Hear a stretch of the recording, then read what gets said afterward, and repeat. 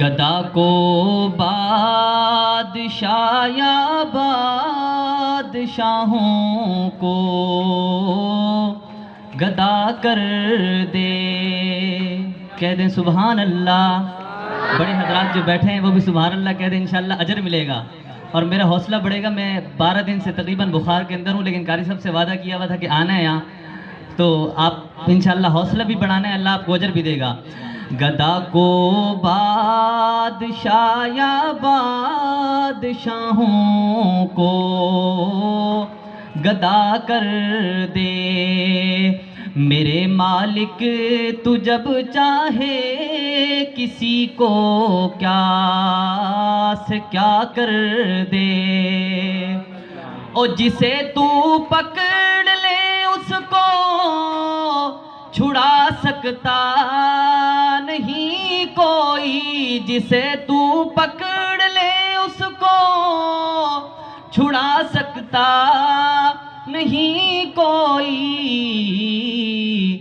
اسے پھر کون پکڑے جس کو مولا تو رہا کر دے.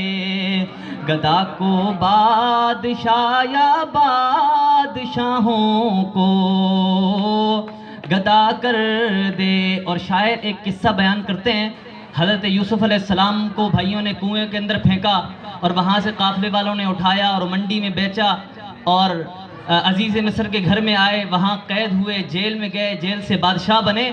تو اس سارے قصے کو شاعر نے قلم بند کیا ہے اور رب کی کبریائی بتائی کہ کبھی کنواں کبھی منڈی کبھی پھر قید میں یوسف.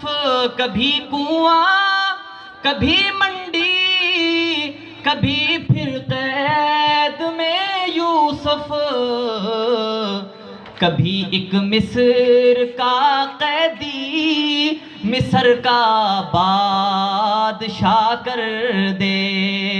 کبھی ایک مصر کا قیدی مصر کا بادشاہ کر دے. گدا کو بادشاہ یا بادشاہوں کو گدا کر دے. اور میرے اللہ کی رحمت عنایت دیکھیے لوگوں. میرے اللہ کی رحمت عنایت دیکھیے لوگوں کہ موسیٰ لینے جائیں آگ پیغمبری عطا کر دے. گدا کو بادشاہ یا بادشاہوں کو گدا کر دے. اللہ اللہ اللہ اللہ اللہ اللہ.